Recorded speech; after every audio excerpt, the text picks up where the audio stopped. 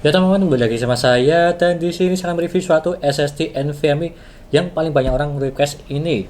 SSD NVMe Team Group, serinya adalah MP33 512GB yang saya pegang ini. NVMe Gen 3. Dan apakah worth it di harganya untuk yang ini? Karena harganya tersebut ya terbilang murah dan juga paling banyak orang yang membeli ini sih. Seperti contoh yang ada di sini 512GB dengan harga sekitar 500 ribuan atau 500 ribu sampai 550 ribu untuk yang ada di sini. Bisa dibilang murah sih dan juga garansinya 5 tahun dari Foghorn, jadinya aman lah. Ya karena kebanyakan merek tim dia dipegang oleh Foghorn.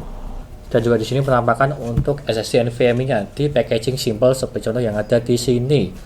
Dan sebelum saya jelaskan apa saja spesifikasi yang ada di sini, seperti biasa dan juga mereviewnya dari segi putih Windows-nya, suhunya dingin atau tidak, membaca maupun menulisnya, serta transfer file-nya itu stabil atau tidak. Jika lo memakai ini, jangan lupa klik subscribe ya teman-teman, pojokan bawah tuh ya, tinggal diklik seperti itu.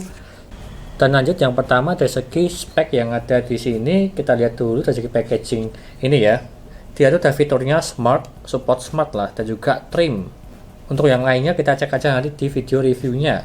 Dan di bagian belakang sini, dia tuh ada tulisan up to-nya membaca sampai 1800 MB per second dan juga menulisnya 1500 MB per second.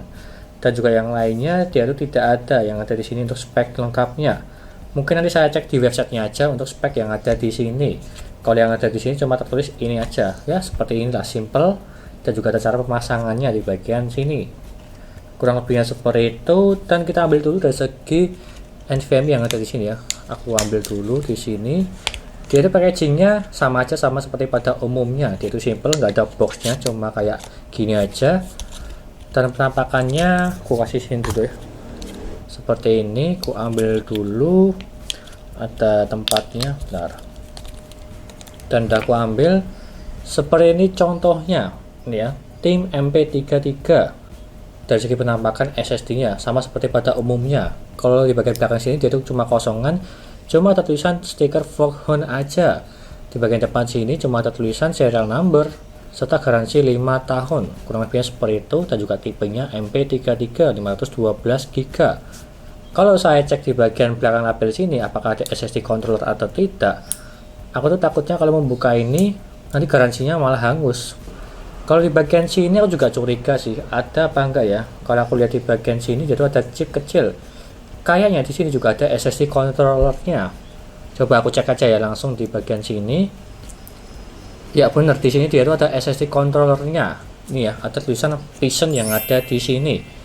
Kalau saya cek di HD Sentinel dia itu tidak kebaca. Tapi kalau yang ada di sini dia itu ada ya, untuk fisiknya. Ada SSD controllernya. Yang serinya Phison aku juga kurang tahu sih serinya apa nanti. Untuk lebih jelasnya nanti di saat reviewnya. Kurang lebihnya seperti itu, dan seperti ini penampakannya.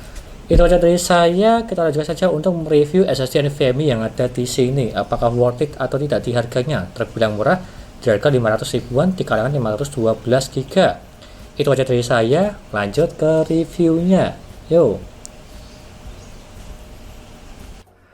Lanjut yang pertama dari segi booting Windows-nya, yang dimana menggunakan SSD NVMe Team MP33. Dan kita tunggu aja seberapa cepat dia untuk booting Windows-nya.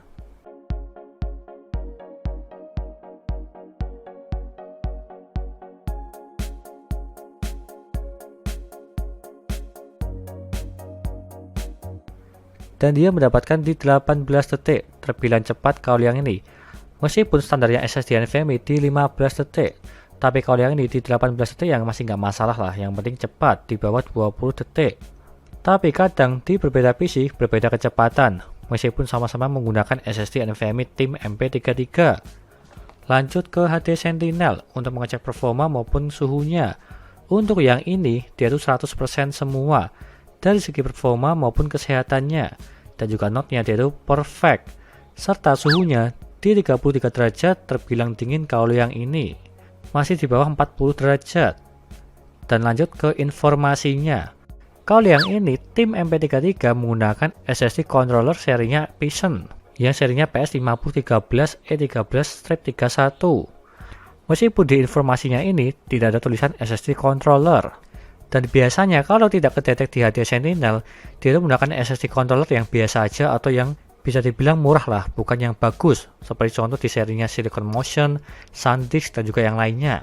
Phison juga ada yang bagus sih, seperti yang ada di mereknya MSI, tapi kalau yang ini mungkin di serinya bawah Phisonnya. Maka dari itu dia tuh tidak kedetek.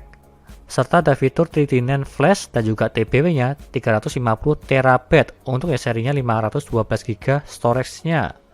Serta MTBF-nya 1,5 juta jam, untuk yang ini tidak ada DRAM-nya. Lanjut ke Crystal Disk Mark untuk mengecek kecepatan dari segi SSD NVMe MP33.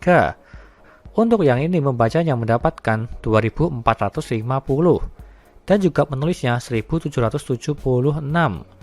Dan jika kita bandingkan yang ada di websitenya, dia itu waktunya 1800 per 1500. Dan kalau kita lihat, dia itu melebihi semua. Dari segi membacanya melebihi sekitar 600-an dan juga menulisnya melebihi 200-an. Bisa dibilang ini bagus dari segi membaca maupun menulisnya. Lanjut yang terakhir dari segi transfer file, yang dimana saya menggunakan SSD NVMe PNG Gen 4 sebagai perbandingannya, dan juga filenya tersebut 56 GB file game dalam bentuk RAR untuk pengujiannya. Yang pertama dari segi NVMe PNG Gen 4 ke NVMe Tim MP33. Awalannya dia itu mulai dari 1 GB per second dan dia itu stabil sampai di proses 45%. Dan setelah itu, dia itu turun perlahan sampai di 300-an MB per second, stabil sampai selesai. Kalau yang ini bisa dibilang kurang stabil lah. Kenapa bisa dibilang seperti itu? Dari segi kecepatannya aja, dia itu stabilnya di 300-an MB per second, sama seperti di kalangan SATA 3 kecepatannya. Jadinya ini masih kurang.